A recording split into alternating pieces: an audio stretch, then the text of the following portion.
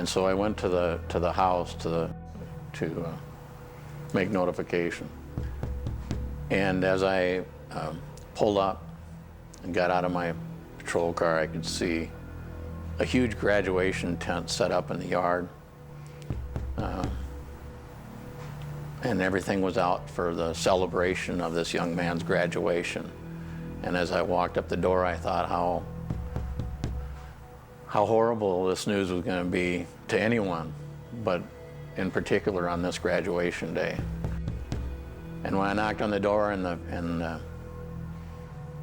the mother and father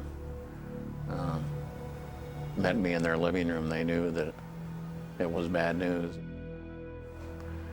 When Mike Milstead walked in the door, along with the deputy and the chaplain and stuff, and Ginny had walked out of the bedroom and she was sitting on the couch, and he said that we had lost Dusty last night. And she's just like, no, that can't be, that's not right. There's still doubts in your mind at that point where it was like just a few minutes into the conversation, it's like, no, it can't be true. It's horrible. It doesn't, when you have to go knock on the door, it's not something that's instantaneous. It's something that you're driving down a road knowing that you're going to wake a mother and father or family and tell them their son or daughter will never come home again. And it tears at you even when you're on your way to do it. I remember rehearsing in the car what I'm going to say. We're trained not to sugarcoat it, not to say they've passed or they've gone to a better place, to just flat out say, your loved ones died, and this is what happened, and this is what I know. There's a whole kind of a checklist that's going on in my mind. Make sure that you're direct with them. Don't try to sugarcoat it that, that there's a chance or anything like that. And it's just basically to deliver a message solid, continue to give that message, but also immediately be there for support. You have to stay professional, even though, you might want to relate with them. And we also want to be sensitive, and so they know that, you might have been the last person that their child spoke to. Yeah, and of course you have to prepare yourself for that emotional challenge of delivering that message. It's not an easy thing to do. It's one of the most difficult things we have to do. If you go to note a death notification on a teen involved in an accident, you know it was preventable. You know there will be people blaming themselves. You know there will be heartbreak. You know there will be broken heart among their classmates, among their teachers, among their friends, among their families and their grandparents and the parents, and their brothers and sisters, and it was all preventable. That's why parents need to be responsible, talk with their kids, let them know about drinking and driving, and tell them that that's what you don't do. And they're the role model, the parents are, and that's every parent's job, is to teach your kid why they're growing up on what's right and what's wrong. When there's more adults using alcohol, we have more kids using it. When there's more adults abusing it, there's more kids abusing it, because kids follow our lead. And when kids see their parents and their uncles or their brothers doing something, that's the path they tend to follow.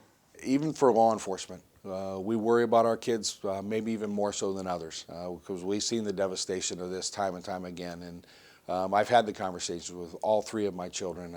Still have the one in the home, and prom's coming up April, and I'm going to have that conversation again. It seems to revolve around the major high school events, the proms, the graduations. Some people seem to think that the graduation parties, for instance, are a rite of passage. In reality, they're a big danger. People believe that it's okay to have alcohol served at their seniors' graduation party because they're going to take the keys. They're going to watch the kids.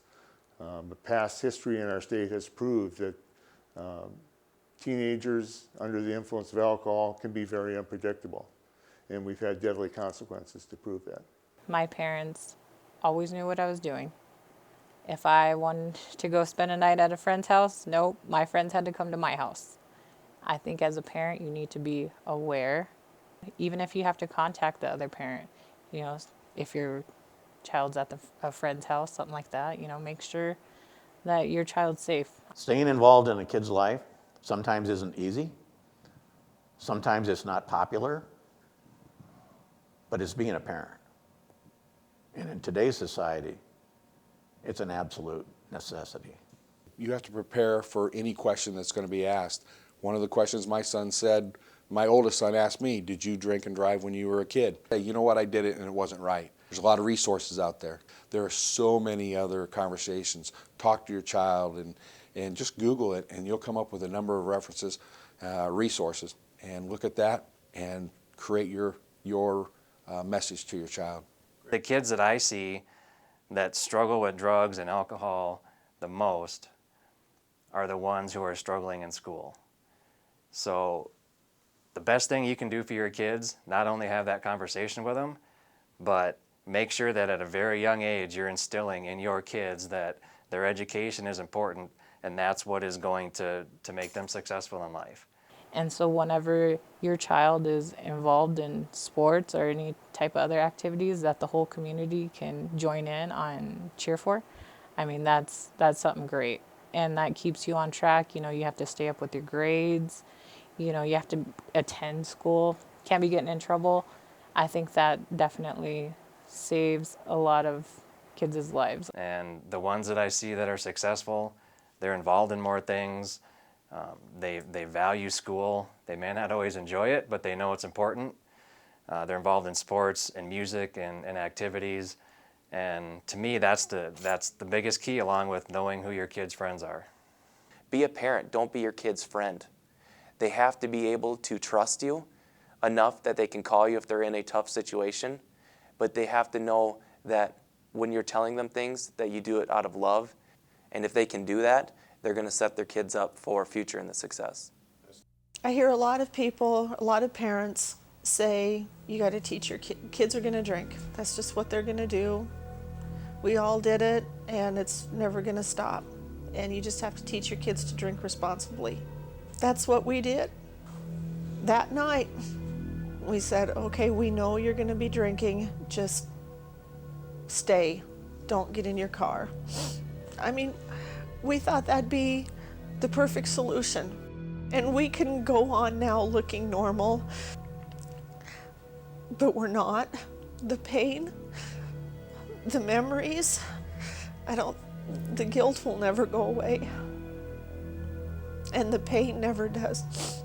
Michael is still, it's been almost 2 years, and he is the first thing I think about every morning, and he's the last thing I think about every night.